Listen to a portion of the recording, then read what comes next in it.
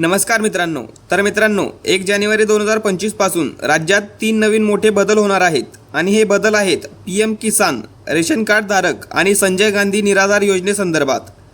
तर या 3 योजनांमध्ये 1 जानेवारी 2025 पासून मोठे बदल होणार आहेत. तर कोणते बदल होणार आहेत याची माहिती आपण या व्हिडिओच्या माध्यमातून जाणून घेणार आहोत. तर व्हिडिओ नक्की शेवटपर्यंत पहा आणि चॅनलवरती जर नवीन असाल तर चॅनलला सबस्क्राईब करा. आपल्या चॅनलवरती अशाच महत्त्वपूर्ण योजनांच्या माहितीचे व्हिडिओ येत असतात. तर मित्रांनो पहिला बदल आहे तो म्हणजे रेशन कार्ड धारकांसाठी. तर 1 जानेवारी 2025 पासून रेशन कार्ड धारकांसाठी 2 नवीन नियम लागू होणार आहेत.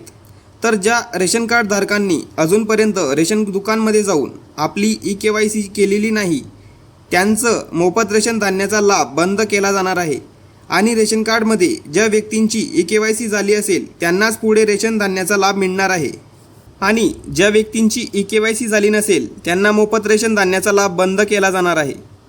त्यानंतर रेशन कार्ड धारकांसाठी दुसरा नियम म्हणजे ज्या रेशन कार्डमध्ये मयत व्यक्तींची नावे अजूनही रेशन कार्डमध्ये आहेत, म्हणजेच ज्या मयत व्यक्तींची नावे कमी केलेली नाहीत, तर असे रेशन कार्ड बाद केले जाणार आहेत. त्यामुळे 31 डिसेंबरपर्यंत हे दोघी कामे करून घ्या. त्यानंतर दुसरा नियम लागू होणार आहे तो म्हणजे PM किसान योजनेच्या सन्मान निधी संदर्भात. तर मित्रांनो गेल्या 2 वर्षापासून PM किसान लाभार्थ्यांना EKYC करून घेण्याची सूचना शासनाच्या माध्यमातून करण्यात येत होती. अनेक वेळा EKYC करण्याची मुदत वाढवण्यात आली आहे, तरीसुद्धा बऱ्याच लाभार्थ्यांनी EKYC केलेली नाही. त्यामुळे जानेवारी 2025 पासून PM किसान योजनेचे आणि नमो शेतकरी महासन्मान निधी योजनेचे हप्ते घेण्यासाठी EKYC सर्वांसाठी बंधनकारक असणार आहे. तर ज्या शेतकऱ्यांची EKYC बाकी असेल त्यांना पैसे मिळणार नाहीत. त्यामुळे EKYC लवकरात लवकर करून घ्या. EKYC केल्याशिवाय तुम्हाला पुढील हप्ते मिळणार नाहीत आणि तुमचे हप्ते पेंडिंगमध्येच राहतील. तर लवकरात लवकर EKYCची प्रक्रियाही पूर्ण करून घ्या.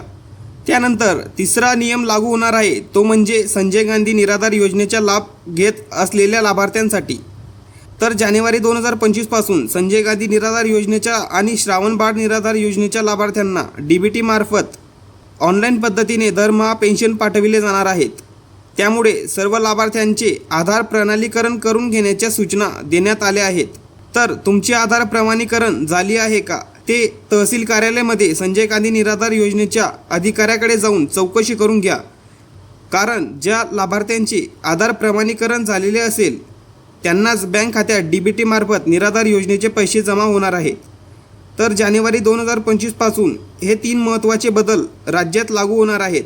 तर महत्त्वपूर्ण हा व्हिडिओ सर्वांना शेअर करा आणि चॅनलवरती जर नवीन असाल तर चॅनलला सबस्क्राईब करा. आपल्या चॅनलवरती अशाच महत्त्वपूर्ण योजनांच्या माहितीचे व्हिडिओ येत असतात.